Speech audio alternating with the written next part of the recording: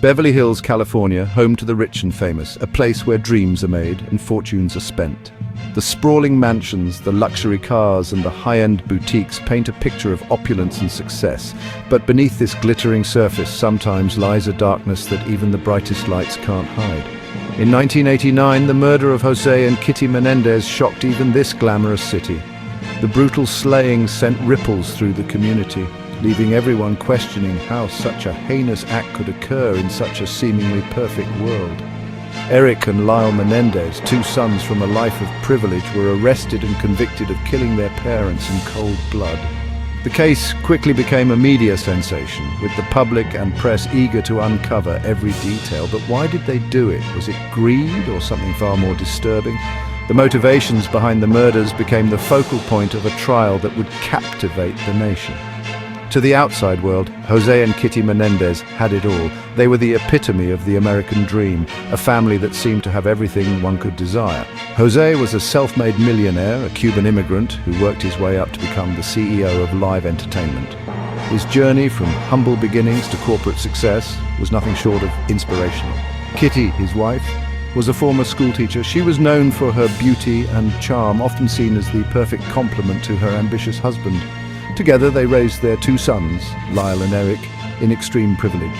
The boys had access to the best schools, the finest clothes, and every opportunity money could buy. The brothers grew up in elite schools with all the opportunities that wealth could buy. They were expected to follow in their father's footsteps to achieve greatness and uphold the family name. But behind the perfect facade, the Menendez household was hiding dark secrets. The family dynamic was far from harmonious, with tensions simmering beneath the surface. On the night of August 20th, 1989, Jose and Kitty Menendez were found dead in their Beverly Hills mansion. The scene was gruesome, a stark contrast to the elegance of their home. They had been shot multiple times with shotguns in what appeared to be an execution-style killing. The brutality of the act was shocking, even to seasoned investigators. The brutality of the murders shocked investigators. The sheer violence suggested a deep-seated rage, a personal vendetta that went beyond a simple robbery or random act of violence. Kitty had been shot in the face, and Jose's injuries were devastating. The level of aggression indicated a profound animosity towards the victims. The crime was so violent that investigators initially suspected a mob hit due to Jose's business ties. His connections in the entertainment industry had always been a point of speculation. But then came a twist. The Menendez brothers, who had been grieving in public, quickly became the prime suspect. Their behavior in the aftermath of the murders raised suspicions. Why? Because after their parents' deaths, Eric and Lyle started living like millionaires, spending hundreds of thousands on luxury cars, watches, and even a new restaurant. Their sudden and extravagant spending spree was hard to ignore. For months, they evaded suspicion, but their reckless spending raised eyebrows. The brothers seemed to be enjoying their newfound wealth, rather than mourning their loss. In 1990, Eric confessed to the murders during a session with his therapist, Dr. Jerome Oziel.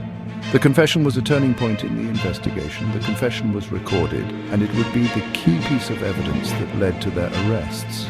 The tapes revealed chilling details about the night of the murders. In March 1990, both brothers were arrested for the murders. The case against them was building, and the public was eager to see justice served. But their defense was unlike anything anyone expected. The trial would take a dramatic turn, revealing a side of the story that no one saw coming. In court, the Menendez brothers dropped a bombshell. Their defense team, led by attorney Leslie Abramson, argued that the murders weren't about money, they were about survival. Their defense team, led by attorney Leslie Abramson, argued that the murders weren't about money, they were about survival. The brothers claimed they had been living in a nightmare, one that only ended with their parents' deaths. Eric and Lyle claimed they had suffered years of physical, emotional, and sexual abuse at the hands of their father, Jose Menendez. The allegations were shocking and painted a very different picture of the family. They described Jose as a controlling tyrant who allegedly molested his sons for years. The brothers' testimony was graphic and heart-wrenching, detailing years of torment. They also painted their mother, Kitty, as unstable and neglectful, even complicit in the abuse. According to the brothers, Kitty turned a blind eye to the horrors happening in their home. The brothers testified that they killed their parents out of fear that their father was going to kill them after they threatened to reveal the abuse. They claimed it was an act of self-defense, a desperate response to years of terror inside their own home. They claimed it was an act of self-defense, a desperate response to years of terror inside their own home. Their emotional testimonies left the courtroom in stunned silence. The prosecution, however, didn't buy the story. They argued that the murders were premeditated, motivated by greed. The brothers' claims of abuse were seen as a convenient excuse. They argued that the murders were premeditated, motivated by greed. According to prosecutors, the brothers were tired of living under their father's strict control and wanted their inheritance now. According to prosecutors, the brothers were tired of living under their father's strict control and wanted their inheritance now. They pointed to the brothers' post-murder spending spree as evidence.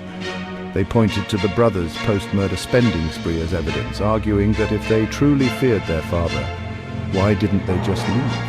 Why go on a shopping spree instead? The prosecution's argument was compelling, casting doubt on the brothers' claims. Why go on a shopping spree instead? The prosecution's argument was compelling, casting doubt on the brothers' claims. In the first trial, the jury was deadlocked, unable to decide if the brothers were victims or murderers. The case was complex, with strong arguments on both sides. But in a second trial in 1995, the jury found both Eric and Lyle guilty of first-degree murder. The verdict was a culmination of years of legal battles and public scrutiny.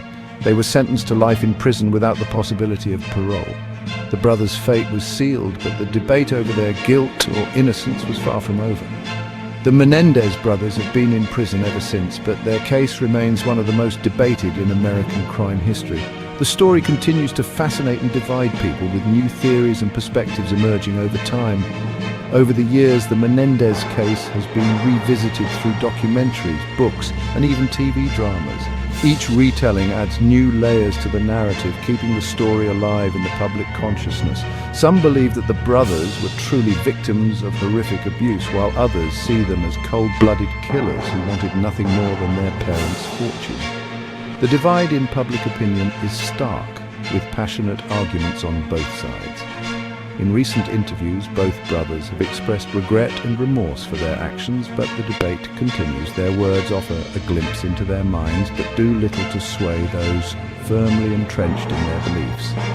The story of Eric and Lyle Menendez is a tragic one, whether you believe their claims of abuse or see them as murderers motivated by greed. The case raises important questions about family, power, and the lengths people will go to escape their circumstances, but one thing is certain. Their case left a lasting mark on American legal history, and it continues to captivate and divide the public. The Menendez brothers' story is a complex tapestry of love, hate, fear, and ambition. What do you think? Were the Menendez brothers driven by fear or greed? The question remains open, inviting endless debate and speculation. Let us know in the comments, and don't forget to like, share, and subscribe for more true crime stories.